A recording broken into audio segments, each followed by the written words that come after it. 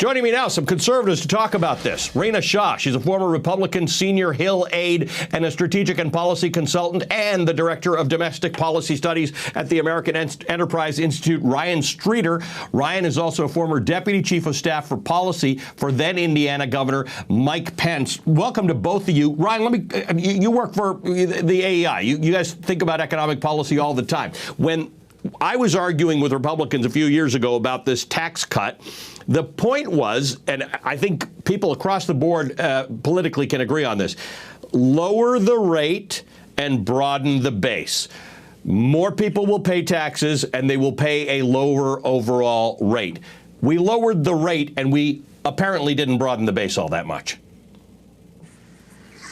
Well, I think there's some truth to what you're saying, but I think also we achieved a lot through the tax reform in ways that have benefited us. And the way you started this out was talking about corporations and whether they're paying taxes, particularly as it relates to the infrastructure bill. And I think we achieved a lot of progress along the way by lowering the corporate rate. I know there's a lot of pressure to push that back up right now. I think there are a number of reasons why corporations aren't paying taxes. We need to make sure that everybody who's supposed to be paying is paying. But I think the key for this discussion that you started with is to keep the American economy competitive. We need to be making sure that, one, everyone's paying the taxes they should be paying, but two, that we're funding infrastructure in a way that actually makes the economy competitive and doesn't get hung up in politics. And as someone who has worked at the state level in government, as you mentioned, that's where a lot of infrastructure dollars go to die. And so I think the focus of the conversation should really be, how do we invest in the things that truly make America's economy competitive so that it can keep growing, so that innovation and productivity can stay up, which benefits us all at the household level. And that's focusing on these key things like ports and airports and things that are in limited supply that are really important to the American economy, and making sure that we focus our investment there. Okay, hold that thought for a second. I'm going to talk about how broad or narrow infrastructure should be. But Rina, if I get into an Uber, there are only two things that has to happen. The driver needs to get me where I'm going and not have me die in the process. The only thing that needed to happen with the lowering of corporate taxes by Republicans is lower the rate and broaden the base. Only two things. They did only one of those things. So I actually agree with what Ryan is saying. I agree with a lot of conservatives on what that goal was, but we didn't achieve the goal. We just lowered taxes for corporations. There aren't more companies paying taxes. Well, Ali, you know the many times I've been here, I've lamented how Republicans can't seem to get the job done in this era. And so I'm thinking a lot about what's possible now, what's before them in Congress, and what are some areas of agreement in what Joe Biden has proposed, what Democrats in Congress are asking them to come to the table and do with them. And infrastructure is a perfect example. I mean, it's no secret that public infrastructure in this country has not been neglected just for a few years, but for decades. And you don't have to be young or old to know that. So in looking at infrastructure, I see one area of agreement, one really big area. And to Ryan's point about competition, competitiveness, I think what really needs reframing here is the business benefits of this type of demand side economic spending. Even though the funding starts at the federal level, project implementation happens through business procurement. So the infrastructure money that goes to state, county, municipal, school districts, it's spent on business procurement to implement projects. That has a huge stimulating impact on local businesses and corporations that are going to be hiring people. So they turn around and they hire employees and small business vendors for these projects. Those employees and small businesses all pay taxes. And so what we really have here is positive economic policy. And that's what I want to see Republicans come to the table and broker an honest deal with Democrats on. Ryan, let's talk about, you alluded to what infrastructure is. I think the point is on narrowly focused infrastructure, bridges, ports, roads, things like that. We all know that that's what infrastructure is. The Biden administration is taking a bigger view of what infrastructure is, which is kind of what Roosevelt did. It's kind of what Eisenhower did, right? They introduced things that not everybody thought about because we didn't have an interstate highway system. So what's wrong with thinking about infrastructure more broadly as things that create a better environment for people to work and be productive, just purely economically?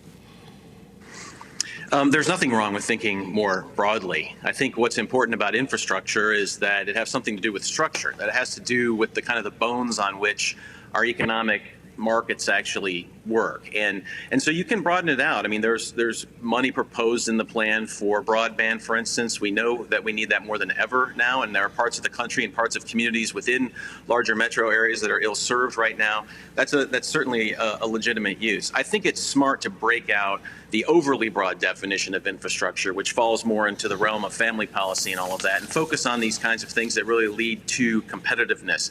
I think the way that you frame this at the beginning is really important, that this is really about the structures that make our economy hum, that help us do things faster, that help us do things better, that increase innovation and productivity, because that benefits everyone. When it comes to the individual bridges, the roadways, the cable lines, the telecoms infrastructure at the state level, as Rina said, that's where the stuff gets negotiated at the end of the day. And nothing is more political than infrastructure decision making at the state level.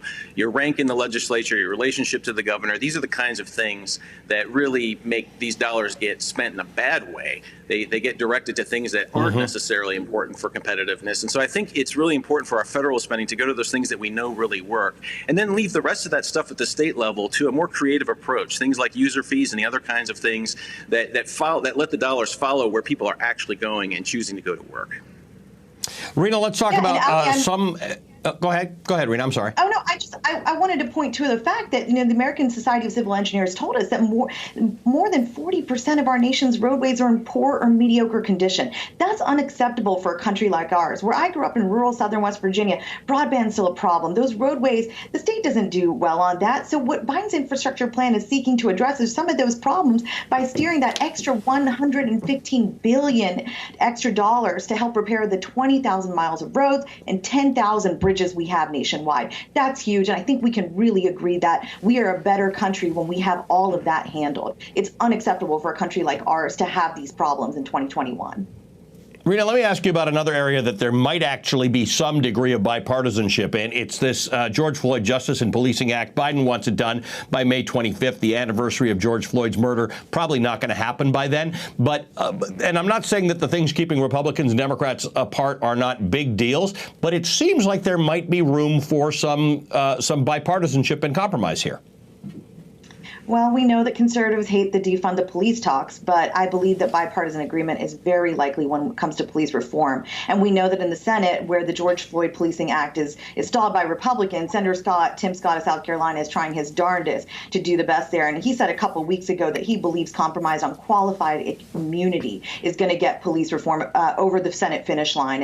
And in terms of compromise on qualified immunity, Senator Scott, he's proposed something different, that instead of weakening qualified immunity for individual officers, he thinks civil suits should be allowed to be brought against departments. And he's analogized that with other industries, like with doctors and lawyers, and in saying most industries that employers bear that brunt instead of the employees. So this is going to be a tough one, Ali, but it's very possible.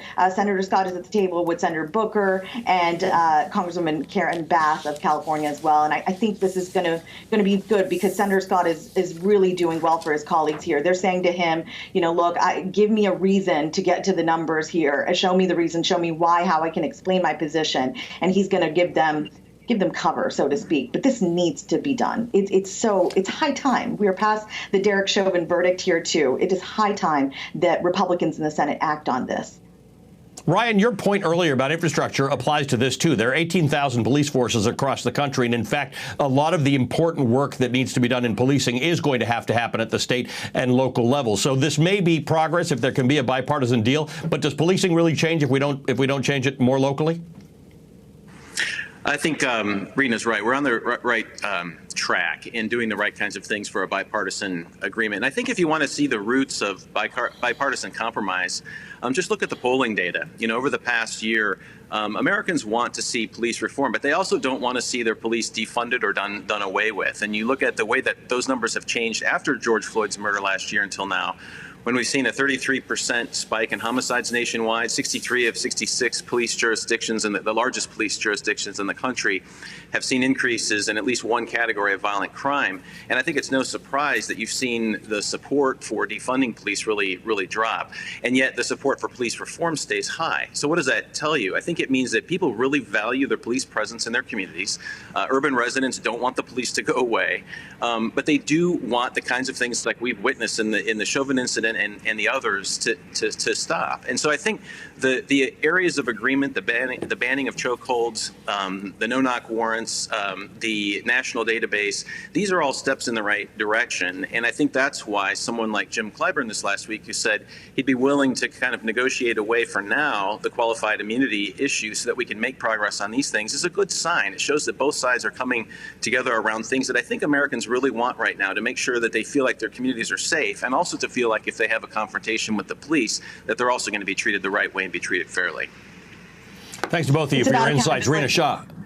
I'm on a show, but we'll pick it up again, Rina. Thank you. Rina Shah is a strategic and policy consultant and a former Republican senior Hill aide. Ryan Streeter is the director of domestic policy studies at the American Enterprise Institute.